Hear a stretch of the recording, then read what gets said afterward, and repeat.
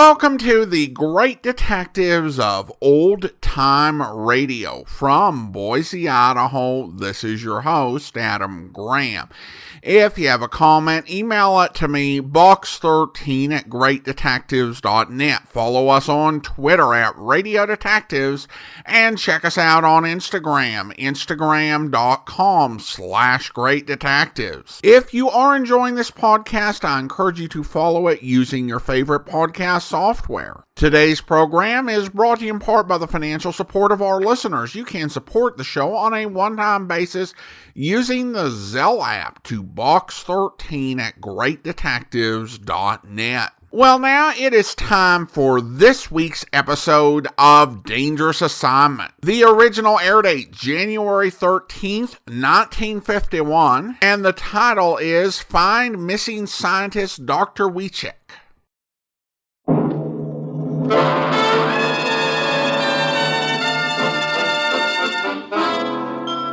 Dangerous Assignment, starring Brian Donlevy as Steve Mitchell.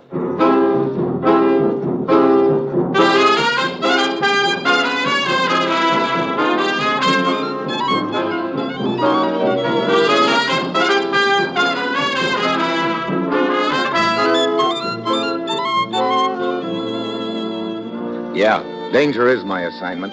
I get sent to a lot of places I can't even pronounce. They all spell the same thing, though, trouble. But when I walk into the commissioner's office, I don't realize this assignment's going to give me a lesson in etiquette.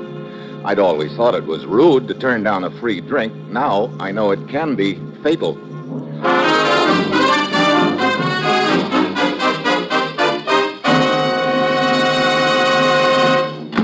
Morning, Commissioner. Ruth said you had an assignment for me. I do, Steve. Ever done any bullfighting? Bullfighting? Well, I've shot a little in my time, but never fought any. Why? Your plane leaves for Madrid, Spain in 1 hour. I'm flying to Spain to do some bullfighting, and me without even a cape. Steve, ever hear of Dr. Wieczek? Wieczek, sure. He's the greatest European scientist alive today. What about him? Right now, we're not so sure. That he's the greatest European scientist? No, that he's alive today. What? Steve, Dr. Wieczek's field, as you probably know, is electronics. He's developed a new theory that could result in a revolutionary type of radio tube. A tube which does the work of 3 ordinary tubes. You can see how important that would be in the manufacture of radar and all other electronic devices. Yeah, but what's this business about Wieczek not being alive? Dr. Wieczek agreed to come to this country and turn over his research to us, to work with us in the development of this tube. He and his assistant, a man named Minescu, were due 2 weeks ago, but he hasn't shown up. You said I was flying to Spain. You think Dr. Wieczek is there? We've traced him to a villa outside of Madrid, the home of La Avispa. La Avispa? Hey, that means the wasp. Yeah, that's what they call her in Spain. She's a lady bullfighter. You kidding? No, she's very famous. A friend of Dr. Wieczek's. But shortly after he arrived there, we lost track of him. We've sent several cables, and a man from our embassy in Madrid called on La Avispa, but she hasn't been very cooperative about giving us any information concerning Dr. Wieczek. You sure she's a friend of his? Right now, we're not sure of anything. Steve, get over to Madrid. Talk to this La Avispa, then go anywhere and do anything that's necessary to find Dr. Wieczek. Well, that's it. You've got your assignment. Good luck.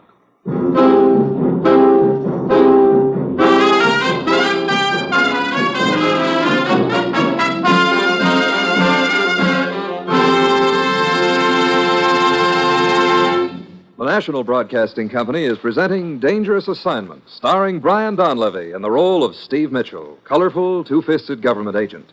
At all those places of the world where danger and intrigue walk hand in hand, there you'll find Steve Mitchell on another Dangerous Assignment.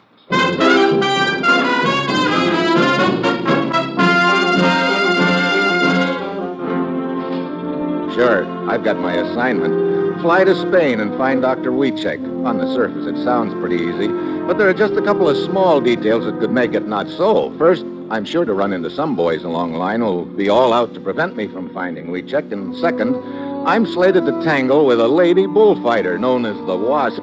And knowing the equipment wasps usually carry, I've got an uneasy hunch that her sting is going to be reserved for me. It's Sunday afternoon when my plane lands in Madrid. As soon as I get off, a little guy scurries toward me. Mr. Mitchell. Eh? They told me you were coming. I have been waiting for your plane. Who are you? Minescu. Minescu? Oh, yeah, the commissioner told me about you. You're Dr. Wieczek's assistant, aren't you? Yes. Look, what's the deal? Have you any idea where Dr. Wieczek is?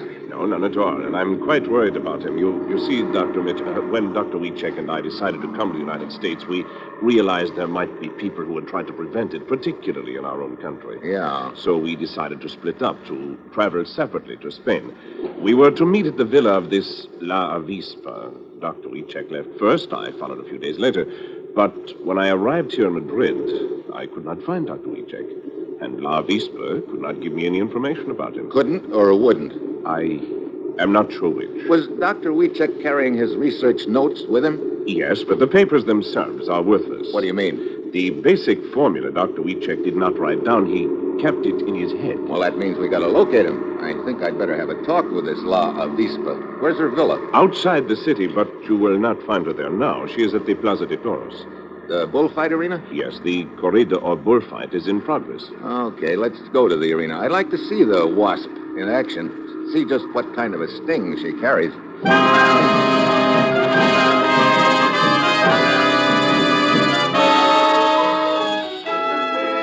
Manescu and I head for the arena. It's packed, but we managed to find 2 seats. Next to me sits a skinny little guy in a loud striped shirt, complete with armbands and a collar button, but no collar. Every time something happens in the ring, he jumps to his feet, lets out a yell, and jams an elbow into my face. ¡Ay, bravo, bravo! Hey! Watch it, will you, Buster? Oh, I'm sorry, senor. It's just that I get so overcome with the excitement. You sure do. What's going on down there, anyway? Ah, you do not understand bullfighting? I do not understand bullfighting. This is a crime. Ah, it's an outrage. But I fix, senor. I fix. I'll tell you all about it. Mira. The banderilleros have just finished now. The who? They are the ones who plant the darts in the bull's neck. Now comes the suerte de matar. Suerte de... Hey, now look. Hey, that's the kill, senor. In a moment, you go to... ¡Hey, caray, la avispa! ¡La avispa! Hey, will you watch that elbow? Ah, lo siento. Sorry, senor.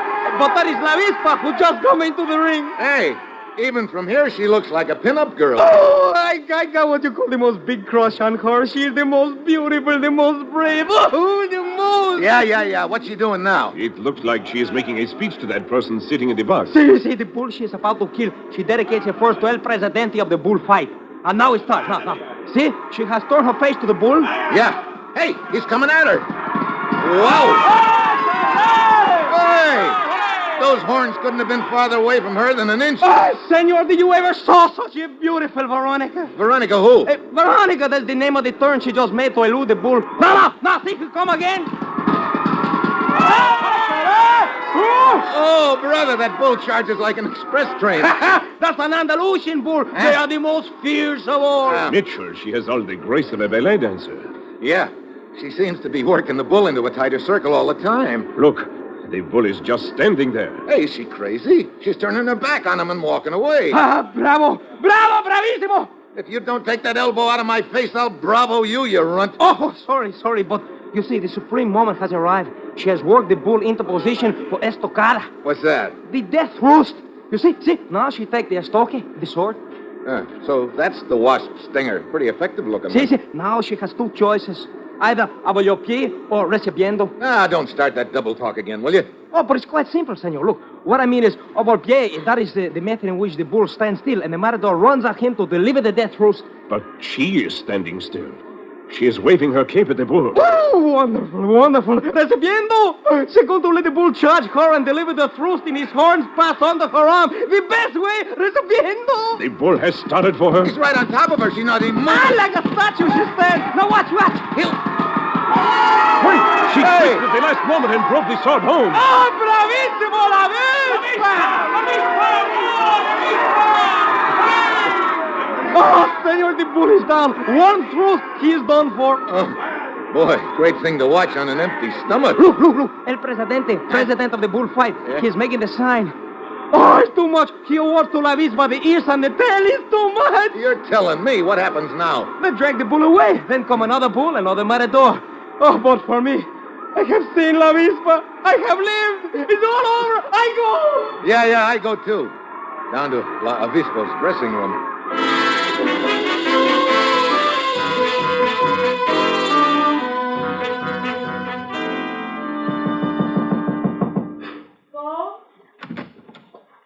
Avispa? See?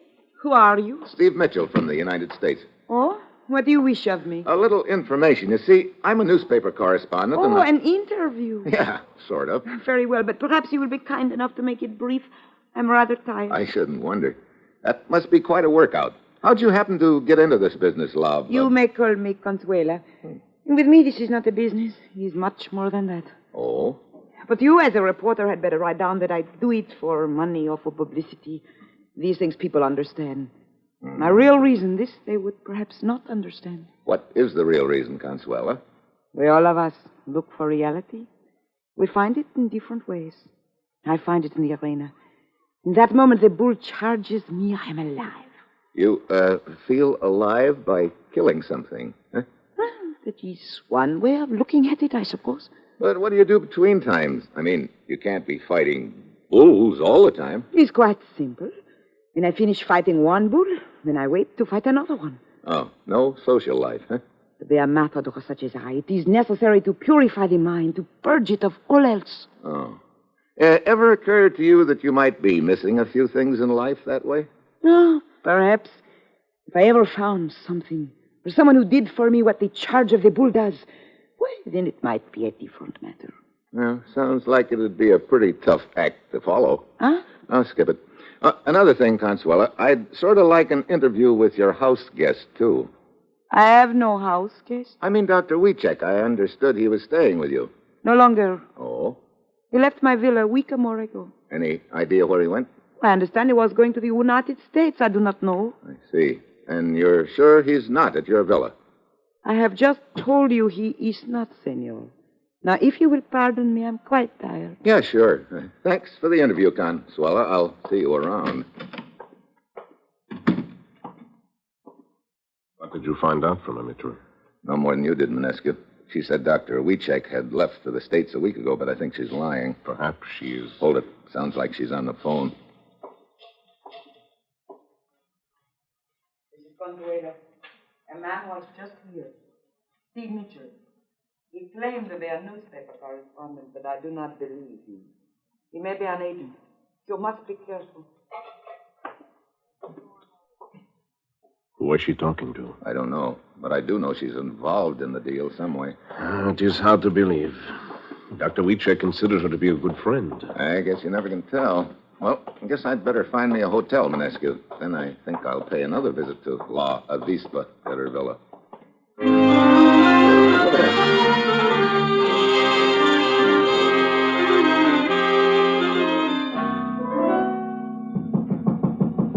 Come in. You are Senor Mitchell, no? I am Senor Mitchell, yes. Who are you? Enrique of the hotel, senor. I have come to inquire if your room is in order. Oh, yeah. Everything seems to be fine. I'm just getting unpacked. What's that under your arm? A bottle of the finest Malaga wine, senor, with the compliments of the hotel. Oh? See, it is our way of extending to you the welcome. I see. And now, if you will permit, I will see if everything is in order in the bathroom. Sure, go ahead. Desk. This is Senior Mitchell in 211. Is it the custom of the hotel to send a bottle of wine to each new guest? It isn't, huh? Well, thanks very much. So, everything is in order, Senor Mitchell. I hope you will enjoy your stay here. Just a minute, Enrique. What is it, senor? Well, as long as you were kind enough to bring me this bottle of wine, I'd like you to have a drink with me. Why, it is very nice of you to offer, senor. But I'm afraid the hotel regulations forbid the employees to drink with the guests. Oh, well, couldn't we make an exception? No, I'm afraid not. Now, if you will excuse me, I must leave, senor. You're blocking the door. You can leave, Enrique, right after you have a drink with me. But I have told you it is impossible. Funny. You're perspiring all of a sudden. Weather seems pretty chilly to me. Senor, I must leave. Couldn't be by any chance there's something wrong with this wine, could it? I insist you let me by. Like poison, for instance? Get out of my way! I dive for Enrique. He pulls a chair in front of me, and I go sprawling on the floor. He jerks open the door and lunges out into the hall. I scramble to my feet to follow him. When I get out in the hall, he's nowhere in sight. I turn a corner and run right into a fat boy who was waddling down the hall. Oh! Oh, I beg your pardon, senor. I hope that I... It's okay. Just let me pass. But of course, senor. Not that way. Oh, forgive me. Look, let's quit dodging each other. But I am only trying to get out of your way, senor. Yeah, I'm beginning to wonder. Senor? Skip it. Look, you stand still and I'll go around you. But of course. I hope I have not detained you, senor.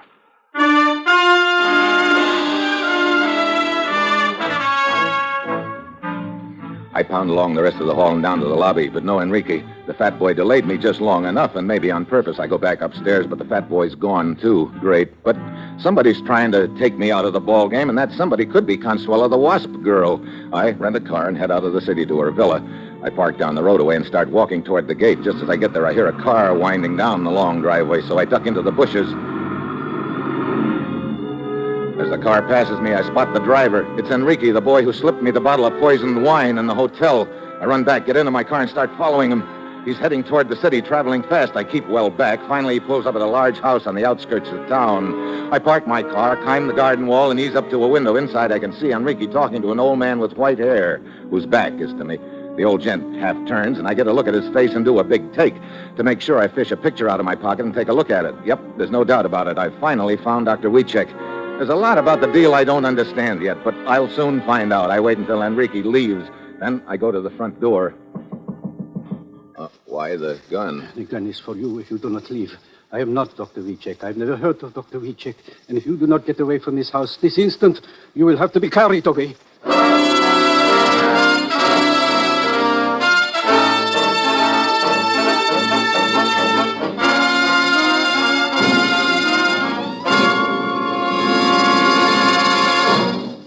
You are listening to Dangerous Assignment, starring Brian Donlevy in the role of Steve Mitchell.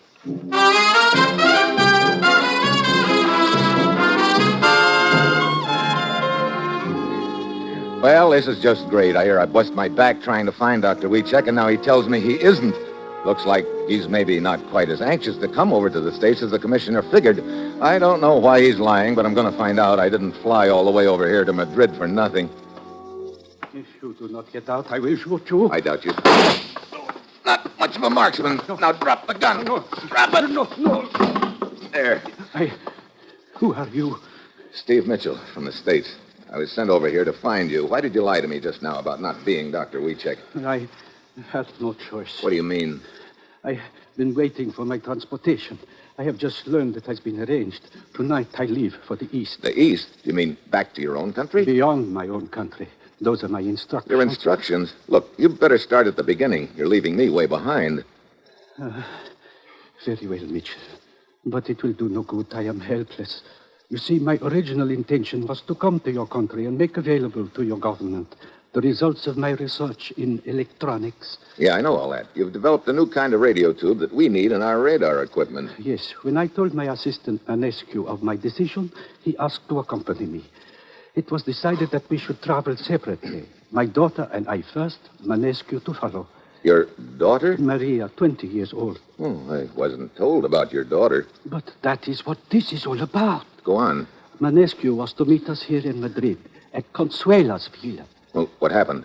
When my daughter arrived at the villa, Consuela was not there. Instead, there was a man waiting with a gun. I see. I was brought here. My daughter was taken somewhere else. I do not know where. I was told that if I wanted to see her alive again, I must discontinue my journey and return to the East. You know, it's pretty strange that Consuela wouldn't be at her villa if she was expecting you and your daughter. I naturally suppose she had been called away at the time. Mm-hmm. Either that or she'd arranged to be away at the time. Arranged? Mitchell, you asked me earlier if you were sure I could trust Consuela. What did you have in mind? This boy, Enrique, the one who was just here to see you. He is the one who took my daughter and forced me to come here. What about him? I followed him here from Consuela's villa. What? Yeah. But I cannot believe Consuelo could be involved in this. Enrico's also the boy who posed at a bellhop earlier this evening and tried to kill me with a bottle of poisoned wine. Mitchell, I do not know what to say. Have you seen Consuela since you've been in hiding? No, but I have talked to her by telephone. I wish to explain my disappearance to her. I see. Look, what time are you supposed to leave for the East? Enrique is to call for me at midnight. Midnight. That gives us just 3 hours to find your daughter. Mitchell, I will not consent to anything that might place her in danger. Just give me 3 hours, Dr. Wieczek. You sit tight here. I'm going to pay another call on Consuela. I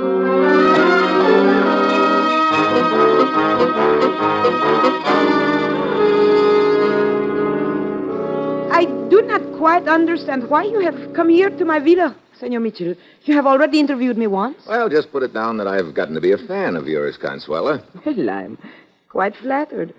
May I offer you a glass of wine? Malaga wine by any chance? Well, as a matter of fact, it is. How did you know? Oh, just psychic, I guess.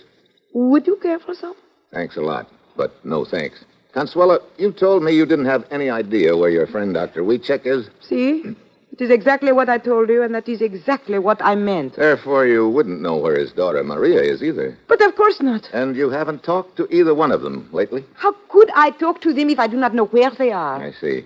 How about your driver, Enrique? Huh? What about him? I was just wondering if he could know where they are.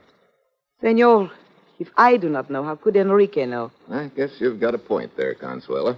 Senor, I suggest we conclude this interview. It appears to serve no purpose. Oh, I wouldn't say that, Consuela. It's been a very interesting interview. I'll be seeing you. I greatly doubt. You never can tell.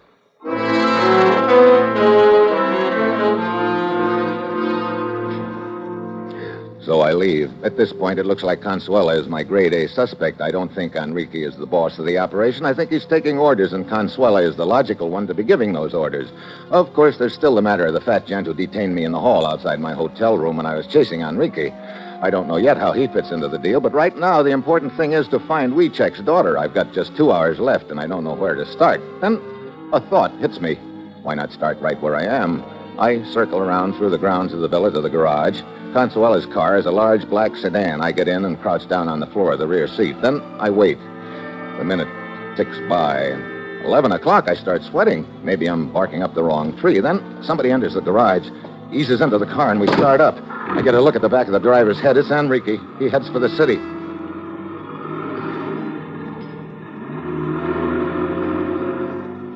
"20 minutes later, he pulls up in front of a beat-up rooming house on a side street. Enrique gets out and goes inside. I wait a couple of minutes, then I get out of the back seat. Then I spot a guy across the street. It's the fat boy, and he stiffens when he sees me. I know I haven't got much time now, so I dive inside, but I don't know which room Enrique headed for. There's no one in sight on the first floor. I start up the stairs. Then I spot Enrique at the top looking down at me. I dive to one side. The knife plunks into the banister. I scramble up the rest of the stairs. Enrique is disappearing through the window onto the fire escape. I pound after him and dive on him just as he reaches the ground. Let go of me. Oh, no, Enrique. You're going to tell me where you're holding Maria Wieczek a prisoner. No, I do not know what you are talking about. Okay, see if that wall behind you changes your mind. Which room is it, Enrique? I will not tell. Okay, this could go on all night. No, stop. I will tell you. Let's have it. The girl Maria Wieczek. Enrique! Enrique slumps to the ground. The shots came from the end of the alley. I take off after them. Then I round the corner, and there in front of me is the fat boy with a gun in his hand. I grab for it. Let go of my gun. Oh, no. I'll take it, Buster. You've already killed once with it. I'm not going to give you a second chance. But you are mistaken, senor. Save it. You killed Enrique just now to keep him from telling me where Maria Wieczek is. But why would I do that when I, too, am looking for Maria Wieczek? What? Now, look, Buster. Gomez, if you please. If you would care to examine my gun, you will see that it has not been fired recently. But... you're right. It hasn't. But who killed Enrique, then? The shots were fired in the dark. I could not see. Perhaps it was you, senor. Me? Now, look. I believe it is time I inquired as to your interest in this matter. Who are you? I'll answer then when I know who's talking. Of course. I am Alberto Gomez of the Madrid police. Police? Si. And you? Well, here are my credentials. So. It would appear, then, that we are both concerned with the same matter. The disappearance of Dr. Wieczek and his daughter Maria. I've already found Dr. Wieczek. Indeed? Yeah. They kidnapped his daughter Maria and told him to stay undercover, but I think they've got her in that rooming house somewhere. Well, in that case, Hold it. Listen. Car pulling away out in front. Come on. Perhaps it is Enrique's killer. Here they come past the alley. A man and a girl. The girl is Maria Wieczek. I have a picture of her. You got a car around here, Gomez? Si. Come on, we got to catch him.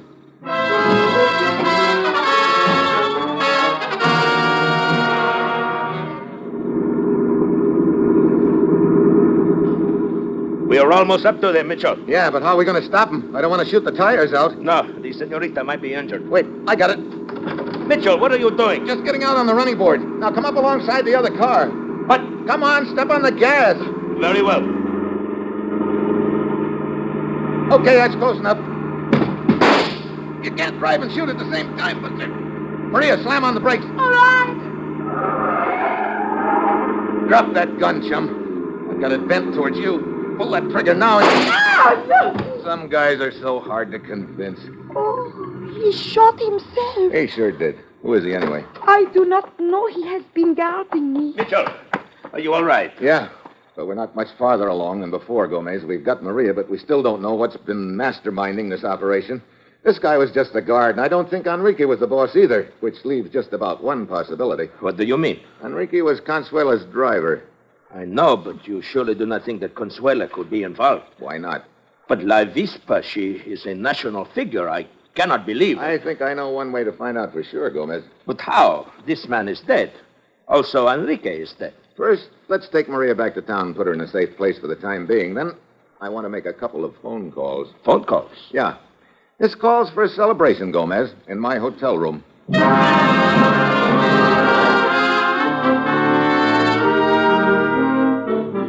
make my calls. Gomez and I wait in my room. Dr. Wieczek is the first to show up. Then comes Manescu, and when he spots Dr. Wieczek, his face lights up like a neon sign. Dr. Wieczek. Oh, what a relief to see you. I feel badly about not communicating with you, Manescu, but I had no choice. Oh, that is no matter. Now the important thing is that you are safe. And Maria. She's safe, too. Wonderful. Then we may continue our journey as planned. Mitchell, I still do not see why you have arranged this meeting. That should be our other guest, Gomez. Come on in, Consuela. Senor Mitchell, may I ask, what is the meaning... Dr. Wieczek. Good evening, Consuela. Does it surprise you to see him here, Consuela? Why, indeed it does.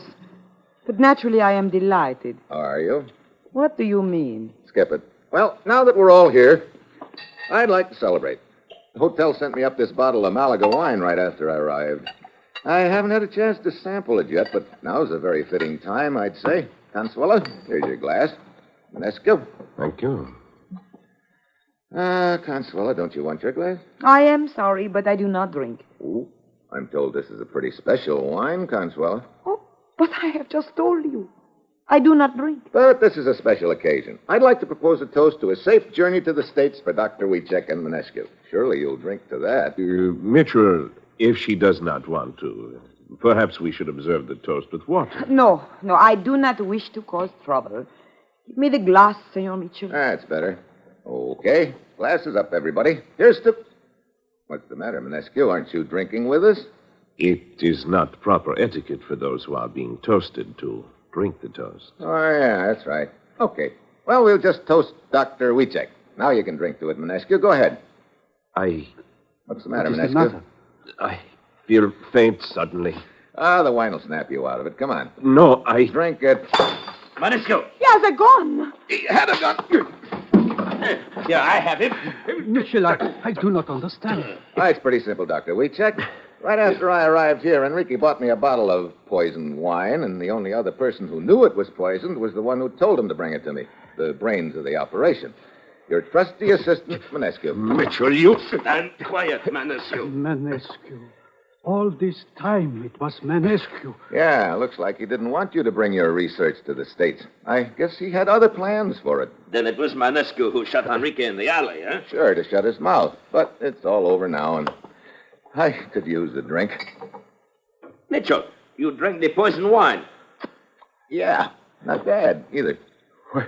The wine is not poisoned. You switched the bottles. It was a trick. Yeah, sort of worked, too, didn't it?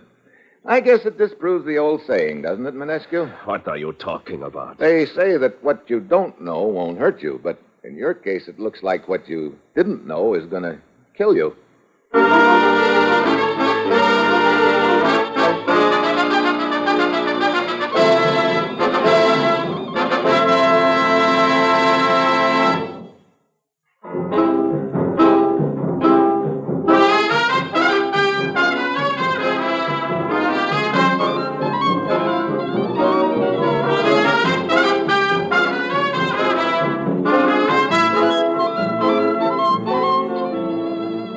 Dangerous Assignment, starring Brian Donlevy as Steve Mitchell, is written by Bob Reif and Adrian Jondo, with music by Robert Armbruster, and is produced and directed by Bill Karn. Be with us again next week at this same time when Brian Donlevy, starring in the role of Steve Mitchell, will embark on another dangerous assignment.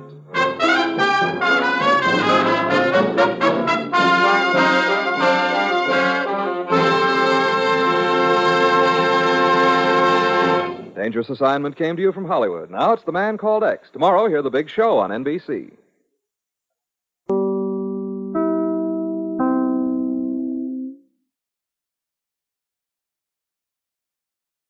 Welcome back. Okay, I love the idea of having this absolute bullfighting fanatic describe the bullfight that was going on. It's often a challenge with audio drama to paint a picture and to describe things in a way that sounds natural. And one of the drawbacks of the medium is that in order to have listeners be able to paint an appropriate picture of what's going on, you have to have characters speak in this totally unnatural way. Wow, this is a nice room. Look, over there. Hey, that's a blue lamp on a green table. Do you see that blue lamp on the green table? But here you avoid that sort of thing entirely, because even though this bullfighting fan is describing things that are happening right in front of his eyes, it's absolutely believable that he would be doing so. And of course, because he's excited, you get a really vivid image in your head. So, some really great technique. I love that. Also, I love that the villain sounded so betrayed and like Steve Mitchell was playing dirty by swapping out the bottle. You would almost think that would go without saying once he realized it was a trap. Well, now it is time to thank our Patreon supporter of the day. Thank you to Andrew, Patreon supporter since August of 2021. Currently supporting the program at the Seamus level of $4 or more per month. Thank you so much for your support, Andrew. And that will actually do it for today. I do encourage you to follow this podcast with your favorite podcast software so you never miss an episode from the golden age of radio. And if you are following the podcast on YouTube, be sure to like the video, subscribe to the channel, and mark the notification bell. All those great things that help YouTube channels grow. And of course, leave a comment if you've got something worthwhile to say. We'll be back next Wednesday with another episode of Dangerous Assignment, but coming up tomorrow, listen for Philo Vance, where... Stop right here, driver. Mr. Vance lives here. Yes, ma'am. Well, I think it was very nice of me to take you home, don't you, Vance? It was charming, romantic, and on the way to your apartment. But thanks, Ellen. I'll phone you as soon as I get cleaned up. I'll be waiting. Bye. Bye. Okay, you. What? You ain't going anywhere except with us. What? You're Philo Vance, ain't you? Yes, but I don't know you. You don't have to know nothing except this is a gun that's shoving you around. We got a car, Vance, and you're coming with us. Sorry, I have a previous engagement. Stevie, let the guy alone. He's poison. I just saw a star fall down. That's bad luck, Steve. If you think that's bad luck, what's your opinion of this? We can take him, Jerry. He's only one guy. Yeah, but he fights like he was 9. Clip him with that gun of yours like I told you. Sorry, but I don't like my...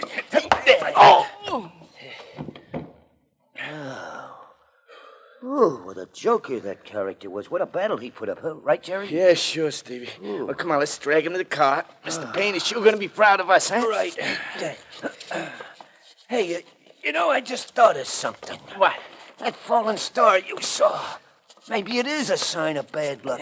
I hope you'll be with us then. In the meantime, do send your comments to box13@greatdetectives.net. Follow us on Twitter at Radio Detectives and check us out on Instagram, instagram.com/greatdetectives. From Boise, Idaho, this is your host, Adam Graham, signing off.